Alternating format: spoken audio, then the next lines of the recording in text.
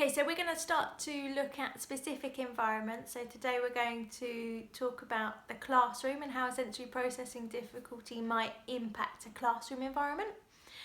There's loads more information on each of the 7 sensory systems and how you can support sensory needs in a classroom on our Back to School series, which are all videos that are on this YouTube channel as well. So have a look at those. If I've mentioned something and you want to know more, it's highly likely that I've covered it in one of those videos. Okay, this is just going to be a glimpse into prompting you to help you to become aware how classrooms can impact a sensory processing difficulty. Okay, so classrooms are a very visual environment, so there's usually lots of things on the wall, there might be lots of things on the desk in front of you. It might be that visuals change quite a lot, so if you're using a whiteboard, then the image that you're showing might have a lot of information and it might change quickly, so be aware of that. When you're teaching, try and make sure that whatever is behind you is plain, and try and make sure that your clothing is plain as well. As soon as we give more pattern on our clothing, then that's going to become more of a stimulation visually. So we might become overwhelmed by the pattern and become distracted in what you're trying to ask us to do because of the clothing. Okay, so just think about that. Windows, there's always windows in classrooms, so the light's going to change throughout the day.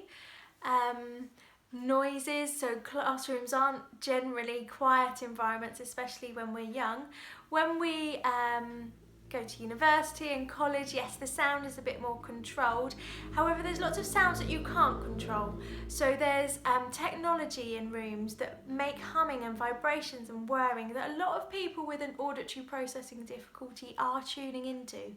It might be the lights, the certain kinds of lights. It might be that the room's really high, so that's going to impact the auditory processing as well. So all of these sounds might become overwhelming quite easily for someone with an auditory processing difficulty. You might see that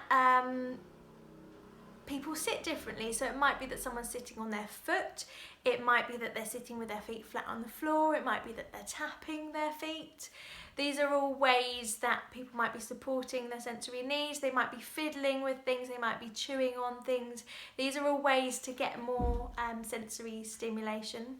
Might be that they get up and move a lot and fidget and jump around and spin and walk and play a lot because they need more movement, or it might just be that they fidget in their seat. Classrooms, from what I remember at university but also in school, are very enclosed spaces, so it might seem like, whether it's our visual processing or whether it's our tactile and proprioceptive processing, quite small, quite confined, maybe a little bit claustrophobic. So be aware of how close people are to each other. Some people might not like to be close to others. So remember our tactile processing difficulty and our proprioceptive processing difficulty.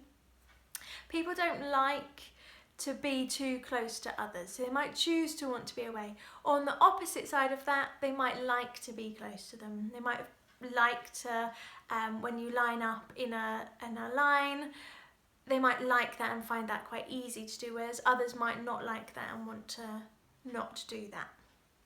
And then the last thing that I'm just going to touch on is when you're giving instructions as a teacher or a tutor, remember that that's a lot of auditory information, and when we process information, it's all of our 7 senses, so it's our sensory integration that's functioning for us to be able to tune in and listen to that sound, so process that auditory information.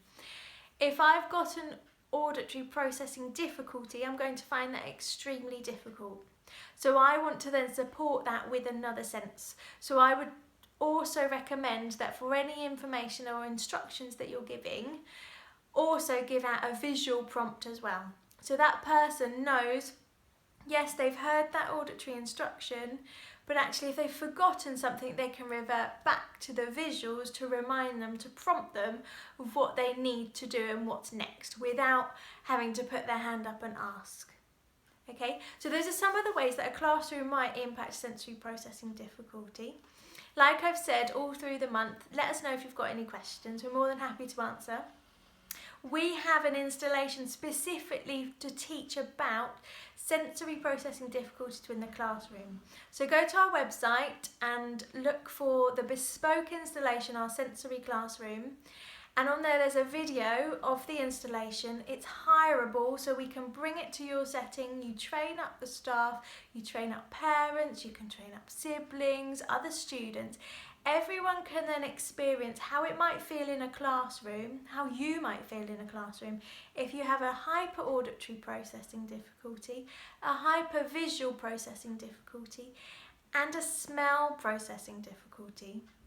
And by having those processing difficulties, you can then see how the pressures of a classroom might impact you as well. So have a look on our website and share. If you've got any questions, send us an email and we will get back to you.